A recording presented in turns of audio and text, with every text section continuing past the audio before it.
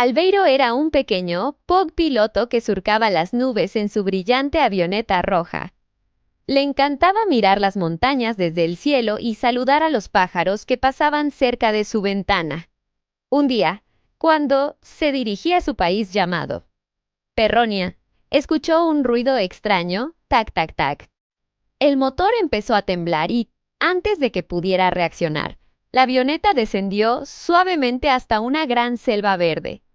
Albeiro salió tambaleándose, un poco asustado, pero sin un solo rasguño. Miró a su alrededor y sus ojos se abrieron como platos al ver un enorme león de melena brillante que llevaba un cinturón lleno de herramientas plateadas. «Bienvenido a mi selva», dijo el león con voz profunda. «Soy Leo, el rey león mecánico. ¿Necesitas ayuda?» «Mi avioneta no quiere volar», respondió Albeiro. «Debo llegar a Perronia antes del atardecer». Leo observó la avioneta con mucha atención, levantó la tapa del motor y empezó a ajustar tornillos y cables con gran cuidado. «Tu amigo, el motor está cansado», dijo riendo. «Solo necesita un poco de cariño mecánico». Albeiro lo miraba fascinado mientras el Rey León limpiaba filtros, cambiaba una pieza brillante y apretaba una última tuerca. «Intenta ahora», indicó Leo, dando unos pasos atrás.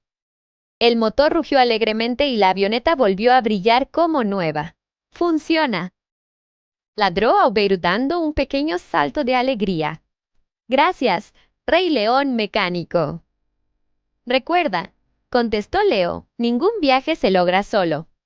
Siempre hay alguien dispuesto a ayudarte».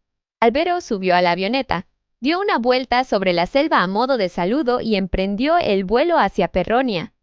Mientras allá abajo el Rey León mecánico levantaba la pata despidiéndose, orgulloso de haber ayudado a un nuevo amigo del cielo.